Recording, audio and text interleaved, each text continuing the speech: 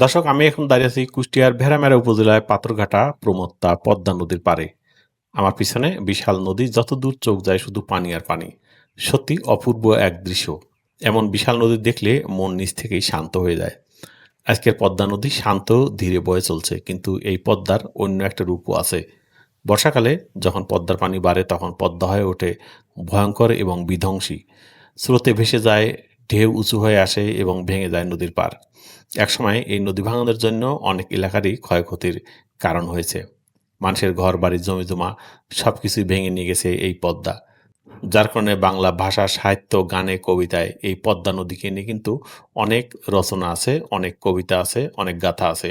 এককালে পদ্মা ছিল বেশি প্রমত্তা, তখন নদীর গতিপথ ছিল অস্থির। বর্ষার ভয়ঙ্কর স্রোত, শুষ্ক মৌসুমে বিস্তৃত চর, নদী ভাঙনই ছিল নিয়মিত ঘটনা। মানুষের জীবন তখন পদ্মার উপর অনেকটাই নির্ভরশীল এবং একই সাথে অনিশ্চিত ছিল। বর্তমান পদ্মা নদী কিছুটা স্থিতিশীল এবং নিয়ন্ত্রিত। বিভিন্ন অবকাঠামো উন্নয়ন, নদী ব্যবস্থাপনা এবং বিভিন্ন আধুনিক অবকাঠামোর কারণে পদ্মা নদীর চেহারা আগের মতো আর নেই, বদলে গেছে চেহারা। যোগাযোগ ব্যবস্থা সহজ হয়েছে, অর্থনীতি হয়েছে আরও গতিশীল। নদীর দুই পাড় এখন আগের চেয়ে বেশি সংযুক্ত, কিন্তু পদ্মার আসল সৌন্দর্য কিন্তু একই আছে। দেখুন নদীর পানির রং, কখনো কাদা মিশ্রিত, কখনো পরিষ্কার, কখনো রৌদ্রের আলোয় রূপালি ঝিলিক। সূর্য ডুবার সময় পদ্মা নদী যেন সোনালি হয়ে ওঠে। আকাশের রং পানিতে প্রতিফলিত হয়ে এক অপূর্ব দৃশ্য তৈরি করে। আর এই নদীর সবচেয়ে বড় পরিচয় মানুষের জীবন। দেখুন জেলেরা নদীতে জাল ফেলছে, তাদের জীবিকায় এই নদীর সাথে ওতপ্রোতভাবে জড়িয়ে আছে।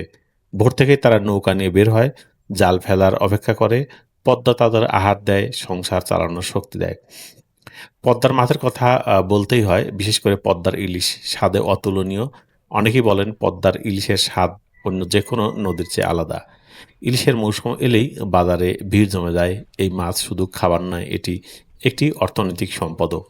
পদ্মা নদীকে কেন্দ্র করে গড়ে উঠেছে হাজারো মানুষের জীবনযাত্রা। জেলে, নৌকা তৈরির কারিগর, মাছ ব্যবসায়ী, বাজারের দোকানদার সবাই কোনো না কোনোভাবে এই নদীর উপর নির্ভরশীল। এখানকার কৃষকেরাও চর এলাকায় ফসল জন্মায়। চর জমি অত্যন্ত উর্বর, ধান, পাট, শাকসবজি অনেক কিছুই এই নদীর আশীর্বাদে জন্মায়।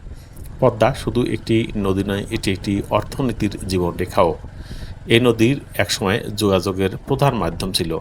একসময় নৌপথে ব্যবসা বাণিজ্য চলত, গ্রাম থেকে শহরে পণ্য পৌঁছা যেত। আজও অনেক জায়গায় নৌকা গুরুত্বপূর্ণ পরিবহন মাধ্যম। পদ্মার পাড়ে দাঁড়িয়ে যখন বাতাস লাগে তখন এক ধরনের শক্তি অনুভূত হয়। মনে হয় এই নদী আমাদের ইতিহাসের অংশ, আমাদের সংস্কৃতির অংশ।